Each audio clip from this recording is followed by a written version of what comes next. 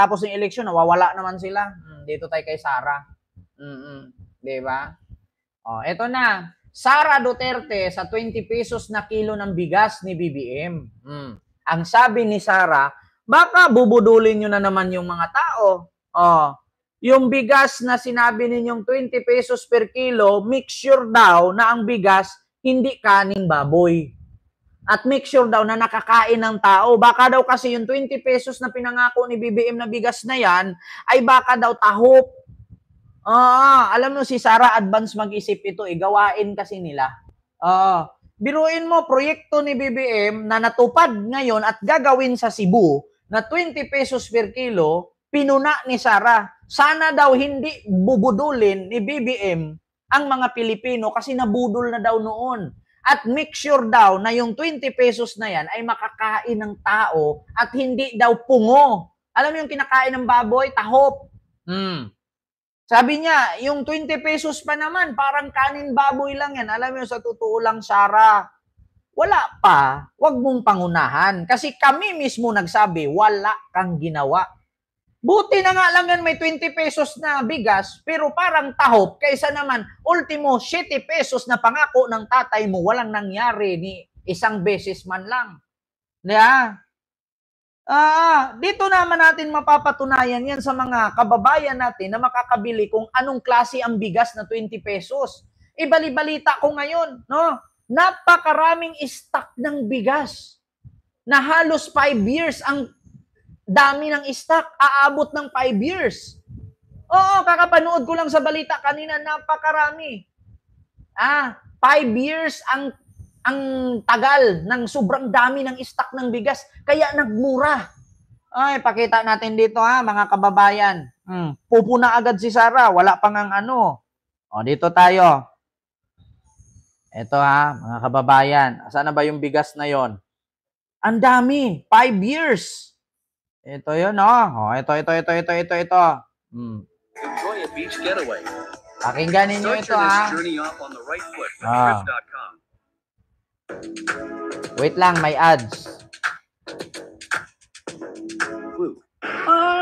Yan, di ba yan na yung sinasabi nila noon pa? Na hindi nila magawa hanggang ngayon.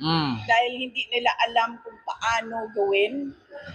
At dahil, sa totoo lang, nung sinabi yung 20 pesos per kilo na bigas, ay nagsinungaling yung nagsabi. Pangulong Bongbong Marcos, yung sinabi mo daw na 20 pesos ang kilo ng bigas, nagsinungaling ka daw. Alam mo daw na hindi kayang gawin. Bakit ngayon, Sara, nagagawa na? So, saan yung sinasabi mo sinungaling? Alam mo kasi, Sara, hindi kasi po pwede na ura-urada kung ano yung sinabi mo ay mangyayari agad, dinadaan kasi yan sa proseso. Hindi katulad sa'yo na sinampal ka na ng ebidensya at katotohanan, sabihin mong sheminat, sheminit. Hindi ka haharap. Ito ulitin ko Sabi ni Sara kay BBM ito. Yan, di ba yan na yung sinasabi nila noon pa? Na hindi nila magawa hanggang ngayon. Dahil hindi nila alam kung paano gawin. At dahil, sa totoo lang, Inday, hindi talaga alam kung paano gawin kung hindi pag-aralan. Kasi ikaw na nga mismo nagsabi noon na kapag pumasok ka bilang presidente o bilang vice-presidente sa Pilipinas, hindi yan pag-isipan na isang araw lang, 2 araw, 3 araw, 1 buwan, 1 linggo, 1 taon. Dapat pag-isipan niya ng matagal na panahon. Ganon din ang pag-iisip ni Pangulong Bongbong Marcos, paano niya matupad na 20 pesos per kilo yung sinabi niya. Pero hindi niya yan pinangako. Pag-aaralan kasi muna, Sara, bago magbitaw ng salita, pinag-aralan ng ayos. Ngayon na pinag-aralan na ni BBM at gagawin na ng 20 pesos ang kilo ng bigas, pupunain mo na naman. Kasi ikaw, hindi ka nag-aral, diretso kang yaw, wala ka namang kwenta, wala kang ginawa. Ang ginawa mo, puro pagnanakaw lang. Hindi ka ba nahihiya sa amin? Wala kaming halos makain, pero kayo, bilyon-bilyon ang pera ninyo. Di ba? Hindi kayo nahihiya. Na-travel around the world kayo, tapos ang daming Pilipinong tumitira sa gilid ng tulay, natira sa ilalim ng tulay, natira sa ilalim ng putikan. Hindi kayo nahihiya. Wala naman kayong mga negosyo. Pero milyon-milyon ang pera ninyo. Yan ang mahirap sa inyo. Nagpupolitiko kayo para magkapera kayo. Kasi the best way to make you rich, politics. Matuto kayong lumaban ng patas. Ngayong gagawin ng presidente na 20 pesos na ang kilo ng bigas, pupunain mo. Wala ka nang ginagawa. Ikaw pa yung lakas mong pumuna. Putang ina mo ka. Di ba? Sa totoo lang, nung sinabi yung 20 pesos per kilo na bigas, ay nagsinungaling yung nagsabi. Yung niyaw-yaw mo dyan, Sara, sa mga news outlet, itinulong mo kay BBM yan, papalakpakan pa kita. Yung ginawa mo, hindi ka nakatulong sa bayan, sinisira mo pa. Diba?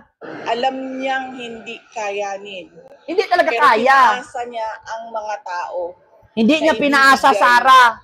Hindi niya pinaasa. Ginawa na niya ngayon. Ginawa na niya. Yung tatay mo nga noon, ang bigas 80 pesos per kilo eh. Ang gasolina umaabot ng 90. Yung tatay mo noon. Bakit? Yung tatay mo, ginawa ba niya? Ginampanan ba niya yung war on drugs niya na 3 to 6 months, ubos ang droga? Putang ina, nakulong na lang yung tatay mo. Hanggang ngayon, ang droga, buhay pa rin. Sinong budol? Si BBM ba o yung tatay mo? Yung tatay mo nga, pinangako niya sa pangalawa niyang zona na gagawin niyang 7 pesos ang kilo ng bigas. Naging 7 pesos ba ang kilo ng bigas? Puro kay pangako. Ngayon gagawin na ni BBM, puro ka puna, puro ka paninira, magtrabaho ka na lang. Wala ka nang naiambag sa bayan, sinisiraan mo pa yung presidente. Di ba?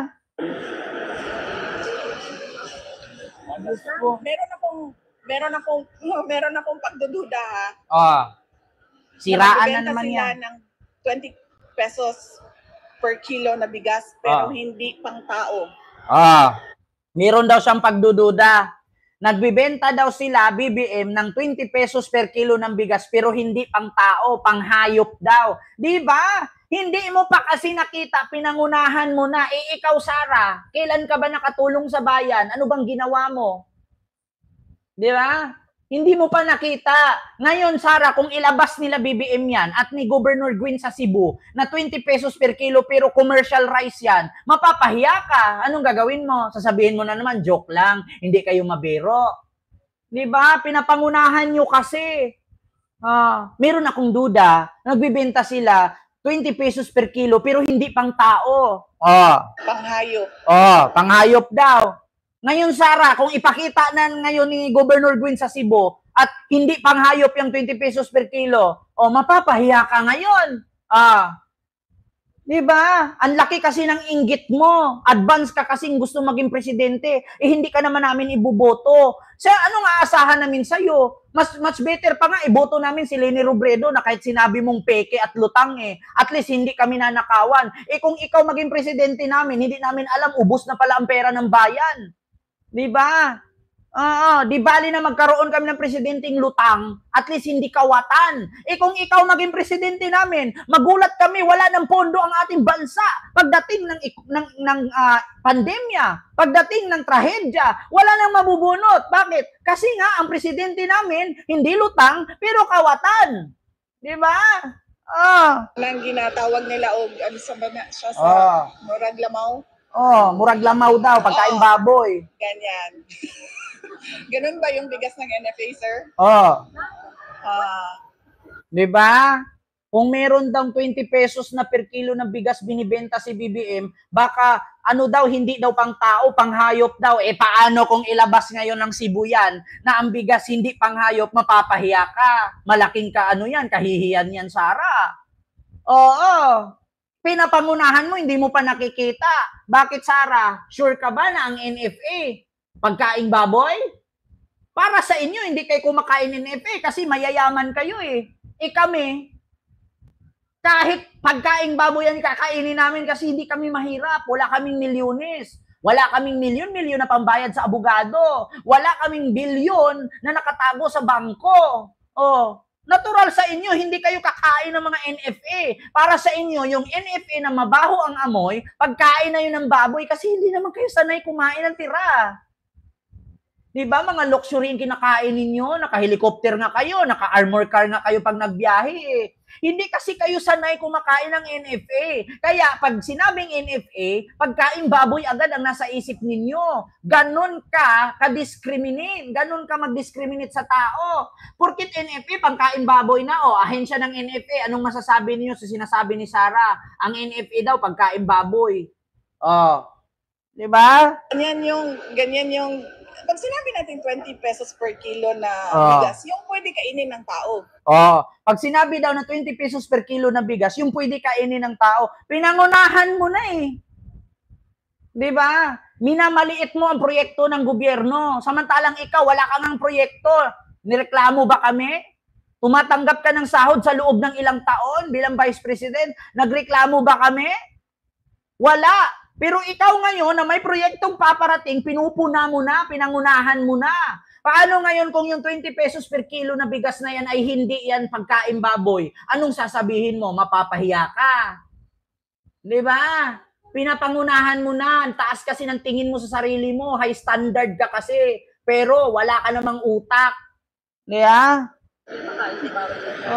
Yan, diba? Yan yung 20 pesos per kilo na binebenta, yung pinapakain sa baboy. Hindi mga baboy hindi mga hayop ang mga pinapangunahan mo, hindi mo pa nga nakikita yung 20 pesos na kilong bigas, kung anong hitsura niyan. Pinapangunahan mo na. Porkit marami kayong pera, yung NFA, pagkain baboy na. Palibasa kasi, nasanay kasi kayo sa milyon-milyon eh. 'Di ba? Masakit man ako magsalita, pero totoo. Kapag NFA, pagkain baboy na para kay Sarah, millionaire kayo, billionaire kayo eh. Paano naman kami? Hanggang NFA lang kami eh. Di ba? Diyan pa nga lang, pinupuna mo na, diniscriminate mo na. Talagang hindi unlad ang ating bayan. Dapat nga suportahan mo yan eh. Pinupuna mo na agad, hindi mo pa nakikita.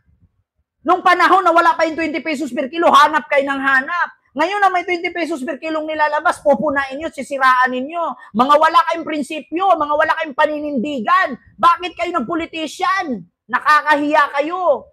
Di ba? Nung panahon na sinabi na gawing 20 pesos ang kilo ng bigas, hanap kayo ng hanap. Tapos ngayon na ilalabas na ang 20 pesos per kilo ng bigas, sinisiraan niyo, pinupuna ninyo, mga wala kayong prinsipyo at paninindigan, nakakahiya kayo. Diba? Dapat nga, sumuporta ka na lang eh. Kasi government official ka rin. Saan ka ba naging Vice President? Sa China o sa Pilipinas? Para naman sa Pilipinas yan eh. Hindi, buti nga yan, inilabas, ginawang 20 eh. Hindi binulsa, hindi katulad sa iyo, binulsa mo na, puro ka patanggi. Di ba? Pilipino. Pag nagbenta kayo ng 20 pesos per kilo, hindi kami lahat. Kasi pwede siya kainin ng tao. Ma'am, what do you think out of the timing ng announcement ng 20 pesos per kilo na bigas just weeks before the election? Ano na yan? Promise na naman yan sa mga tao na alam mong para lang sa eleksyon at para lang sa kanilang mga senators. Para manalo yung kanilang alyansa kuno na iniwanan naman din sila nung dalawa nilang kandidato dahil iniwanan daw nung dalawang kandidato dahil kasi mga balingbing yun. Sarah, wag kami. Kaya ka nga sinalo mo yung dalawa eh para may pang 'di ba? May pangdepensa ka sa Senado para sa impeachment. Oy, bakit Sarah? Kahit umalis si Amy at si Camille sa hanay ng alyansa, hindi naman iboboto yan kahit nasa alyansa pa yan.